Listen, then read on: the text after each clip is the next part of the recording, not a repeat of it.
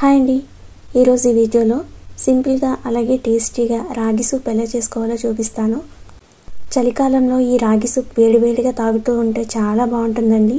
అలాగే దీన్ని తీసుకోవడం వల్ల మన హెల్త్కి కూడా చాలా మంచిది. ఇప్పుడు ఈ రాగి సూప్ ఎలా చేసుకోవాలో ప్రాసెస్ చూసేద్దాం.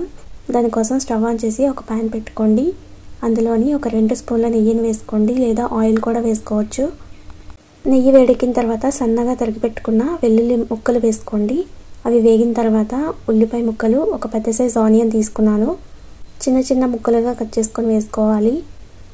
అవి కొంచెం ఉడికిన తర్వాత చిన్నగా తరిగి పెట్టుకున్న క్యారెట్, అలాగే చిన్నగా తరిగి పెట్టుకున్న బీన్స్, అలాగే కొంచెం స్వీట్ కార్న్ కూడా వేసుకుంటున్నాను.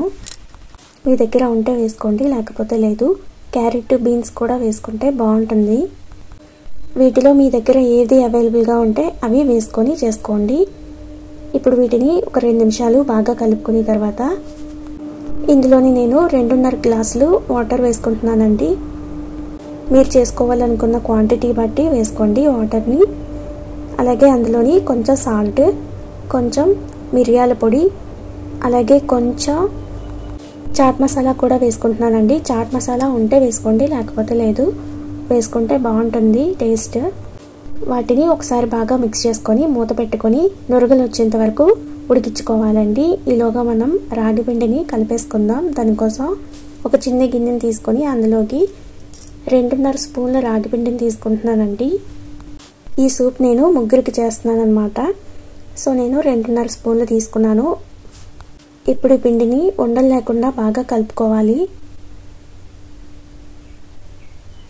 ఇలా స్పూన్తోని ఉండలు లేకుండా బాగా కలిపేసుకోవాలండి. మీరు ఒకవేళ ఎక్కువ మందికి చేయాలి అనుకుంటే ఇంకొంచెం ఎక్కువ పిండిని తీసుకొని ఇలాగే కలిపేసుకోవాలి. ఇప్పుడు మూత తీసి చూస్తే ఇలా పొంగుతూ ఉండాలన్నమాట వాటర్. అలా అయ్యేంత వరకు మరిగించుకోవాలి మనం వాటర్ని. ఇప్పుడు ఇందులోకి మనం ముందుగా కలిపి పెట్టుకున్న రాగి పిండిని వేసేసుకోవాలండి. ఒకసారి కలుపుకొని వేసుకోండి.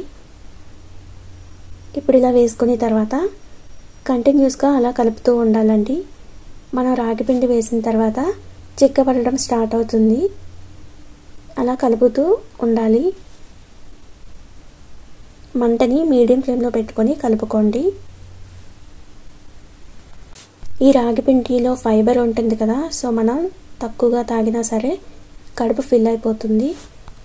అలాగే ఇందులో ప్రోటీన్స్, మినరల్స్ కూడా చాలా బాగా ఉంటాయి.